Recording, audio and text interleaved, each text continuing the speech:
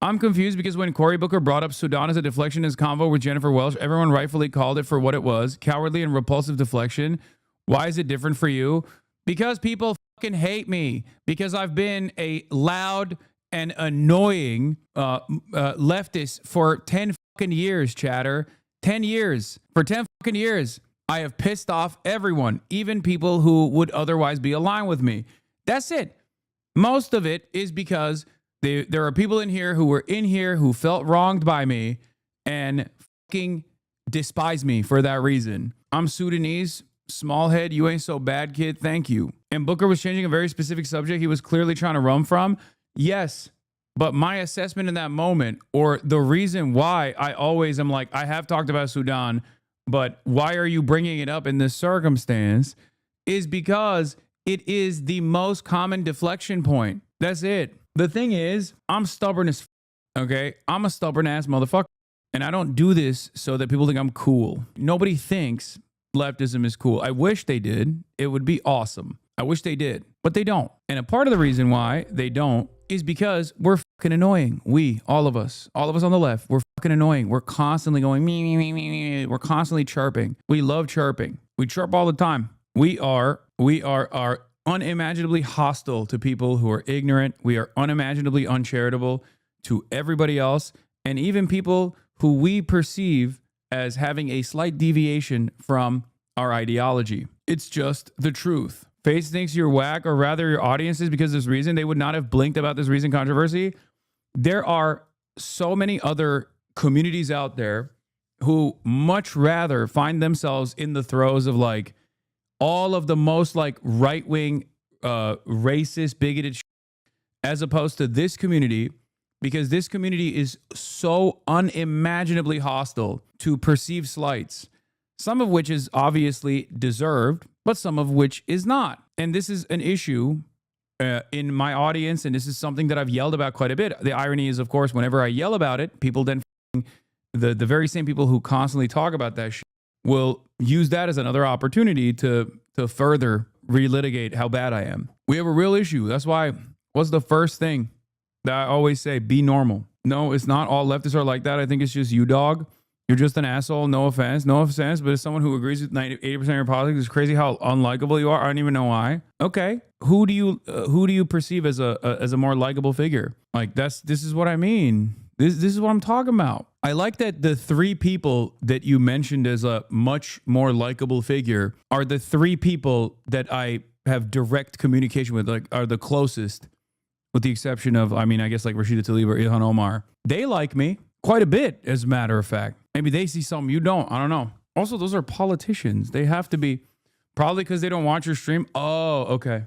Who do you think is at fault here? Guy who agrees with overwhelming majority of my opinions, but simply can't seem to place your finger on why you just have distaste for me and you can't let go of that optical resentment? Or guy who's trying to navigate way you talk, I think, or guy who's just trying to navigate through the treacherous nature of reactionary politics that are so pervasive online. It's because I give off a frat dude vibe. All right, man.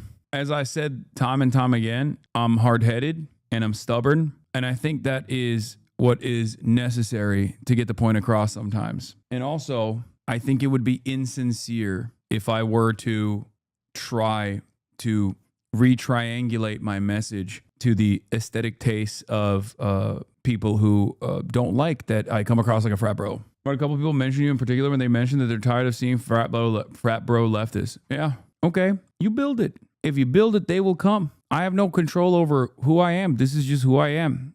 And I think it would be insincere if I were to behave in a different manner. I believe the things that I believe. I do also disagree with a lot of people who say, oh, you're a frat bro leftist and that's not digestible. I think that's also incorrect. I do suspect that your brand of leftist aesthetics is actually not digestible. I'm a normal person. This is just who I am. I happen to have this worldview. It doesn't matter. The optics don't matter all that much. You know? This video pretty much sums up the issue. And oh, yeah. I know y'all don't want to hear this, but even the people who say they don't like cops and say ACAB are cops, like a lot of y'all are cops. There is a social phenomenon where people will find a public target, which is usually someone who makes minor. And I'm emphasizing minor because there are some egregious things that people can do, but minor missteps, minor mistakes, and they will like treat that person like a public punching bag until the end of days. And I peep game, right? Because people will like literally see someone who becomes an acceptable social target, and no matter what that person does, no matter how they apologize, no matter what they contribute to society, no matter how good they are of a person outside of the mistakes that they make, no matter if they have one take even that is like slightly off or that like people deem to be a little problematic, it becomes okay to like publicly harass and beat up on that person to the end of time. That to me is cop behavior. And look, I've talked about this before. It's accountability culture in air quotes, and it stems from powerlessness. It stems from a recognition of your real powerlessness in the face of these unmoving structural hurdles, these unmoving oppressive systems that we exist under. We know that we can't change the government. We know that we can't actually like change the outcome of police brutality, no matter how hard we try. So we focus on more accessible targets, more appropriate targets. This is what a lot of the left does. Oh, well, you know, I can't get anything across to the Democrats. I can't get anything across to the Republican Party. I can't change the systems, even though there are so many awful things that are happening around the world. I see it and it hurts me and it hurts my feelings and I want to change it, but I can't. But where do I have change? Where can I see change? If I can get a TV show canceled, if I can get a written apology from, a TV show that I watch, a late night television show host that I watch, that's the only marginal area where you can have some semblance of change. And you just really keep hammering that on because it makes you feel like you have agency. It makes you feel like you have some semblance of power. That's why a lot of people do it. It's the obsession with crime and punishment for social slights, perceived social slights. And it's also a tendency for behaving in a puritanical manner, like wanting to behave in a puritanical manner. A lot of people also have an evangelical streak, if we're being real, even if they themselves are not self-identifying Christians. And all of those things combined, I think, all of those things combined create this very interesting dynamic. Is it me, or is calling you a frat bro exactly what you were just addressing with leftists being unforgiving and judgmental? Yeah, it was. It's just like, oh, you present yourself a certain way and I don't like it and it annoys me. And then the closest comparison that someone can make in that regard is not someone who is under a microscope for fucking, 7 hours a day while discussing these issues, but someone who is a politician who has to carry themselves very differently and is certainly not under that same lens. Anyway, brother, can you quit saying the left like you are also not a part of the left? It feels pretty damn insulting to us that consider ourselves leftists. What do you mean? I also say I do it too. I'm a part of this as well. But the more we do this, the more inaccessible we seem to others who are in our reach. That's the other thing. We don't actually let bygones be bygones. We're not charitable to people who like f***ed up. And to the outsiders who look at that situation and say, well, I've done things like that, but this broad left movement sees this person as a fucking demon, as an animal, sees that person as a villain. Am I a villain? And that's the moment where they go, I'm not even approaching this shit with charitability. That's the problem. We do this to ourselves. Can you give us an example? I mean, there are a million examples that take place on a daily fucking basis. There are so many people that are constantly cast aside. Like here, I'll give you an example so that we can have drama over it if you want.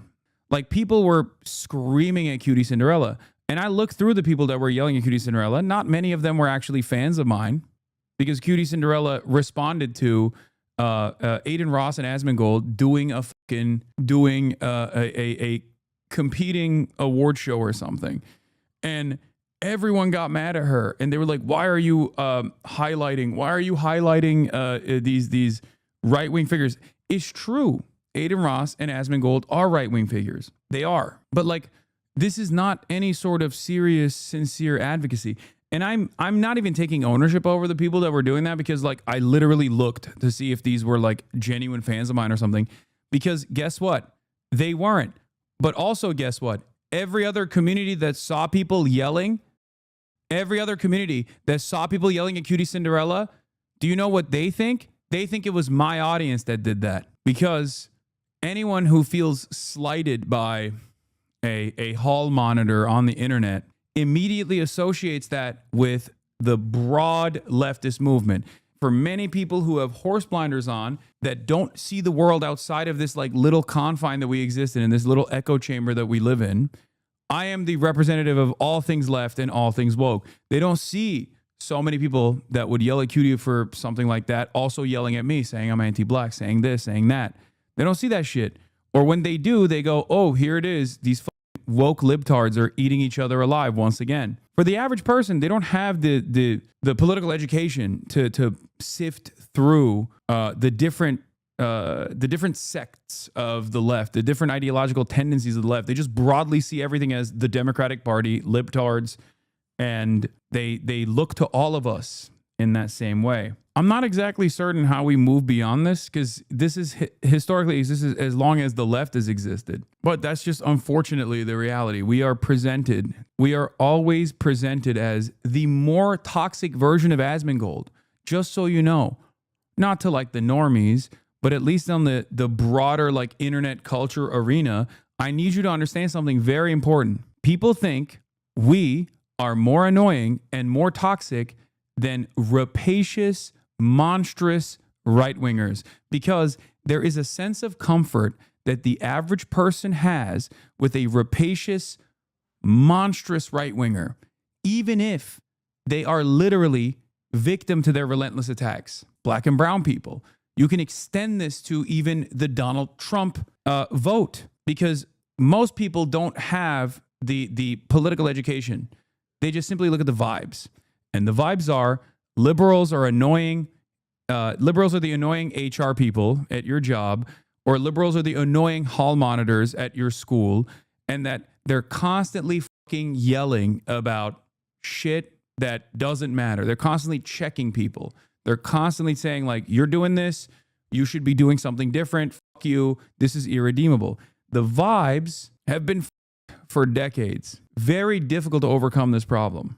But the right, not having any sort of moral standard at all, gives people a sense of comfort. It gives the average onlookers a sense of comfort. It makes the average person go, I don't fully agree with whatever the fuck these guys are saying, but ultimately it kind of feels like these assholes would never come after me and yell at me unless I become woke. That's how a lot of people find themselves in the comforts at like the apolitical middle. That's, if you're wondering how like this Joe Rogan of the left conversation works, right? That's how it works. If you're wondering how there are 1,000 Joe Rogans, but there's only one Hassan Piker, that's the reason. Because no one is fucking schizophrenic and autistic enough to constantly fucking sit there and eat it every day and not become a monstrous person who says, fuck all of this, I'm going right wing. Nobody wants to do it. Why the fuck would anybody want to constantly be harassed by the right and then simultaneously get harassed by the left too for marginal differences in opinion or perceived slights? No one wants to do it. Why the fuck would anyone want to do it, even with all the fucking money that you can make? I really hope you get schizophrenia. I will be the first medical internet-induced schizophrenia patient. Don't worry. Twitch CTE, baby. That's it.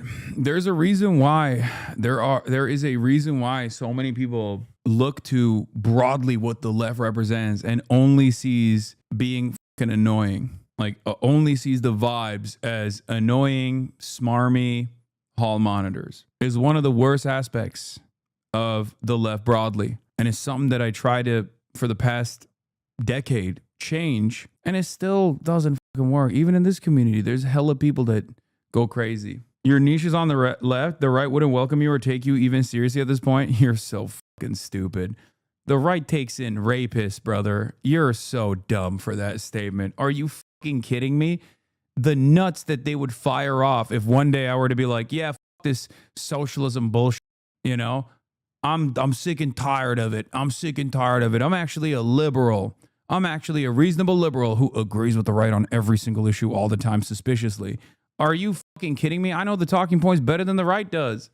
You know how fucking easy that swing would be? I'll be getting welcome to the fucking White House. They've named the ballroom after me. They don't have one fucking charismatic figure on the right. What are you talking about? if I can actually operate in this unimaginably hostile fucking water, I don't know, they do be Islamophobes. Yeah. You know what they love though? A guy who shits on Islam with the former backing of being Muslim. If I had no morals whatsoever, if I had no fucking moral compass, if I was a grifter, I would just grift to the right. Think about all of the top deities on the right, top fucking figureheads on the right. They got nothing. They got no motion. They're not charismatic.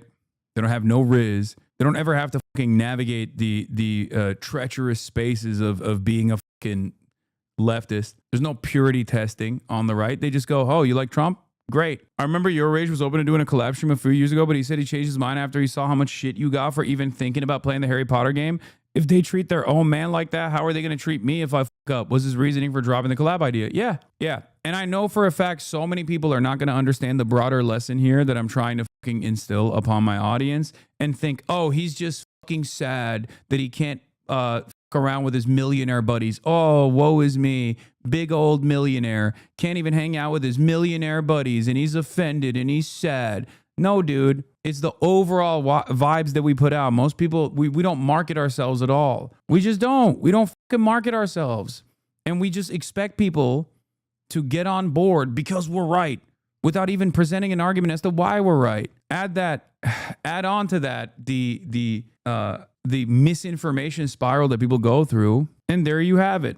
That's why I always laugh at people who are like, I see TikToks of the very same people that are constantly being like, this person is fucked up and wrong. This person on the left is a bad person, who then will literally turn around and in the same breath be like, why are there no visible figures on the left?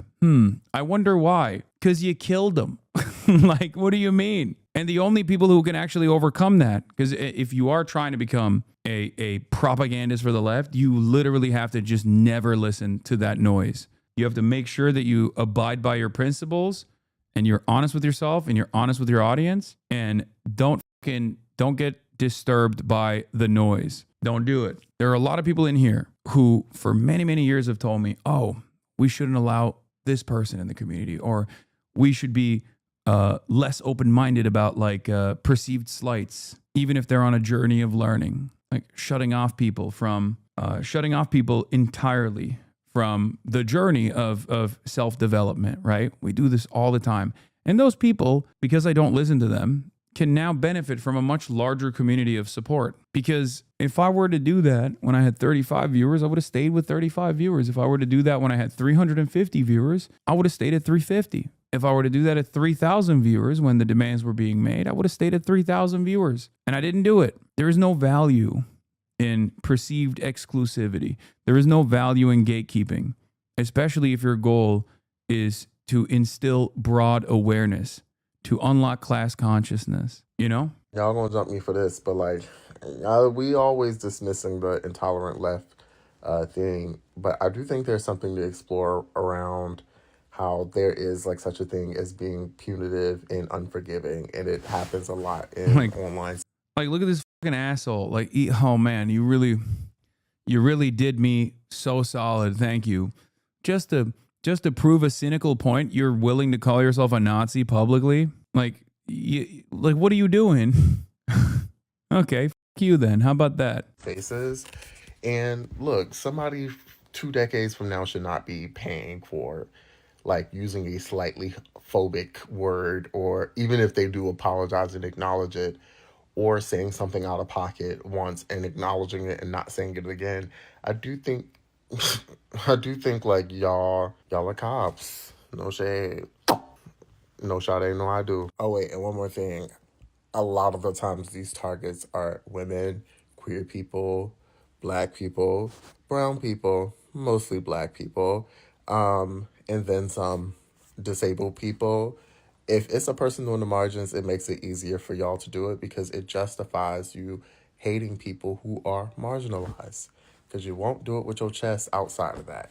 And a lot of y'all who claim to be radical social justice oriented people are just as bad, if not worse. A lot of y'all agree, but I've also met a lot of libs who police other leftists. Wait, what? Yeah, no, everybody does that. Jake Tapper mentioned, oh buddy, oh brother, it is not going to be good if Jake Tapper's coming after me.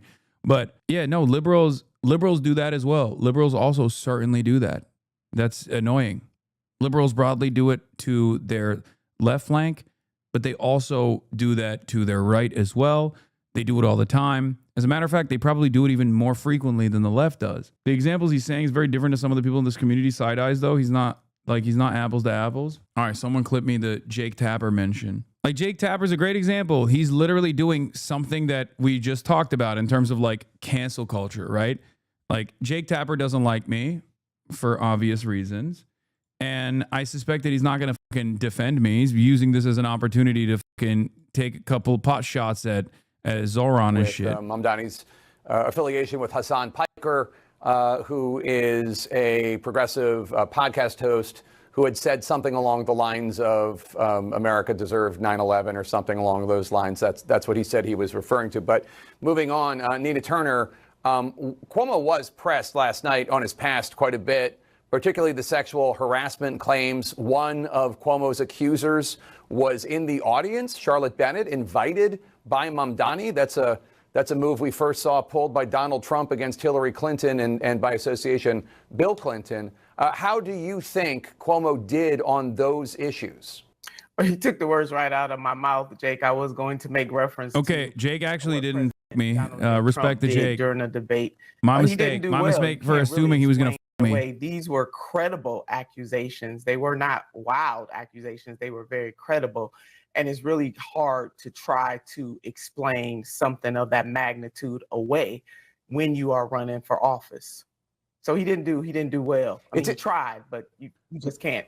He's between a rock and a hard place on that one. He called you a liberal podcast host? Not He said an issue progressive. we can satisfactorily address, I guess. It's interesting that Mayor Adams ended up picking Cuomo, endorsing Cuomo, because let's just roll the tape. This is what he said just a few weeks ago. I want to be clear with you. Andrew Cuomo is a snake and a liar. I mean, that's not typical political rhetoric. I mean, he's not qualified. A snake and a liar. Jonah, what changed?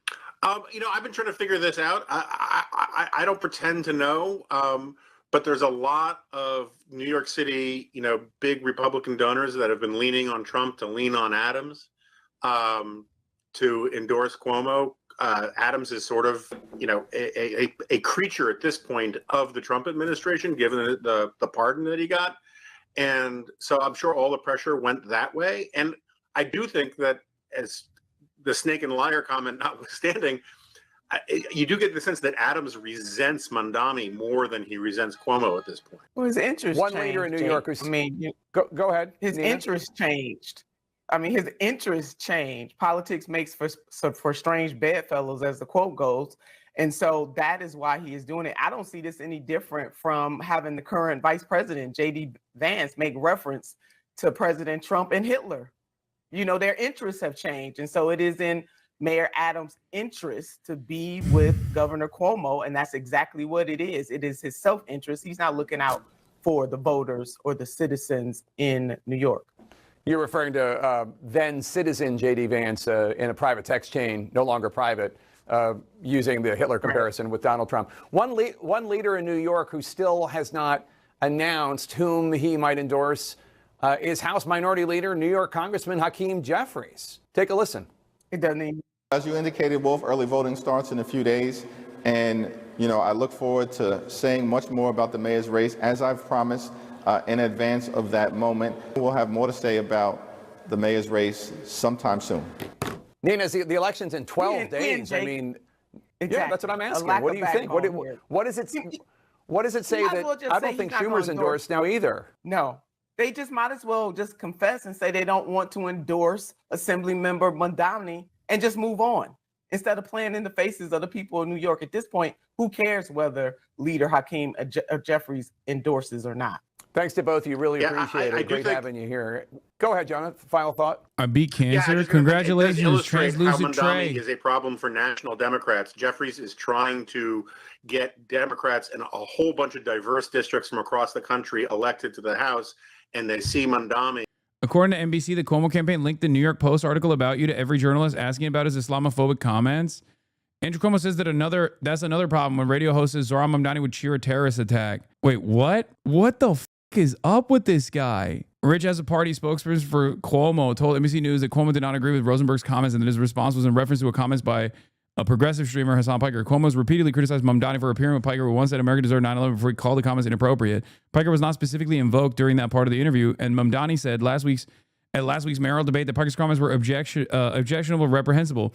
He was referring to Mamdani's close friend Hassan Piker, who said America deserved 9/11, a statement 9/11 families called on Zohran Mamdani to denounce, but he refused for months, as the party said in an email statement, which included a link to the New York Post story. That's not new. Governor held a press conference. Oh, dude, it's first of all, no, then it's like totally fine. No, he was on my this. It's the exact same quote the campaign gave to every other outlet, so they linked the New York Post article to everyone.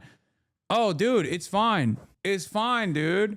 Oh, you can get away with saying anything you want about Zohran, dude. He appeared on my show one time. That's fucking nuts. I think everybody fucking knows exactly what's up. Oh, this is really funny. Yeah. By the way, they think they can get out of this by being like, but Hassan, brother, this is not LSF. Okay? You're running for mayor of New York. The people surrounding you that are listening to you are not a bunch of apolitical slop tubers. Why the is your election campaign comprised entirely of Redditors that you think, what about Hassan, is going to be a successful counter? I'm not even from New York. It's so funny. Sid Rosenberg starting to lose his mind, realizing that he accidentally put the final nail in Andrew Cuomo's coffin. Hey, Brad Lander, Jimmy Van Brainer, and the rest of you losers blaming Andrew Cuomo for my comments about how about coming at me? Andrew didn't say Zohran Mamdani will be cheering if, God forbid, we experience another 9/11. I said it, not Andrew. Cowards. And then Sean King says he agreed with it. He goes, of course he did, because it's the truth. You see that picture last week? I know who you are. Don't come here with your bullshit. No, I'm not going to follow back Sid Rosenberg, okay? Get the hell out of here. I don't understand. This has to be a byproduct of how unimaginably online the campaigners are, right? It has to be. Because, I mean, I know his brother asked me constantly to be on a show, and I've said no every single time. So I know that the Cuomos are somewhat aware of who I am. I didn't know Andrew was aware of who I am. But, like, what's hilarious about this is most New Yorkers do not know who I am. They don't know who I am. Okay? I don't know how to explain this. This doesn't mean, oh, I have no emotion whatsoever. But most New Yorkers don't know who the f I am. And the ones that do, by and large, a much larger number of New Yorkers who know who I am like me. And they're door knocking for Zohran. I don't think they're going to turn around and be like, wait a minute. Wait a fucking minute, dude. I found out about this Zohran Mamdani guy on the HasanAbi broadcast and then joined the fucking team to go door knock for him. And it became a part of the 50,000 army of door knockers. But turns out this Hassan Piker guy, that I've been watching for years said America deserved 9/11. 6 years ago? He said, what? Yeah. And also, this other part is what is so apparent as well. Because, like, sure, are there Islamophobic New Yorkers? Absolutely. But by and large, Americans don't have the same level of, like, resentment. Like, they have a different kind of Islamophobia in America, right? It's not the same as, like, European Islamophobia. Because, like, imagine because the way it is in Europe, it's like the Islamophobia in Europe is basically, like, packaged with the Islamophobia that you have in America and the, like, anti-immigrant sentiment you have in America in an environment that is infinitely more hostile to immigrants than regular ass Americans in general. That's why it's, like, totally different. It works totally differently there, as opposed to it works totally differently in America, as opposed to, like, as it does in Europe, where people would say, like, oh, Islam is, like, destroying the West in Europe, and most people, like, tune into that. They subscribe to that racist notion, but they don't necessarily do that here in America because Muslims are not as prominent a voting bloc. They just kind of stick to themselves. And also on top of that, like, there's a reason why the anti-Dearborn initiatives don't work that well, right? Where they're like, oh, there's the calls to prayer. You can hear it in Dearborn. It's scary. And then people go, whatever, who gives a shit? I don't think hitting the Islamophobia lines like this is going to come across as broadly positive to people. I think it just like grosses people out more than anything else. You think they're mad that your TikToks, YouTube shorts about Zoran are going viral and it's free advertising? They have to pay millions for a fraction of that? No, I don't think. I think that when you look at like how poppin' Zoran is on TikTok, it's not, I have nothing to do with it. He's just popping on TikTok because he's young, he's vibrant, he's got a great team around him, and also he's got great policies. If it grosses people out so much, why does Trump go back to that playbook so often? Dog, are you kidding me? Even Donald Trump is nowhere near as Islamophobic as Andrew Cuomo has been this past week. Are you out of your mind? Donald Trump will suck the semen out of an Arab sheik's penis 1 week. Donald Trump knows where his bread is buttered. Are you kidding me? He fucking loves the Gulf leaders and shit.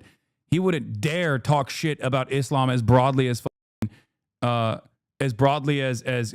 is. No, that's Laura Loomer, who, if you noticed, is no longer as close to the Trump administration as she's been going fucking nutty mode on the timeline about Islamophobia.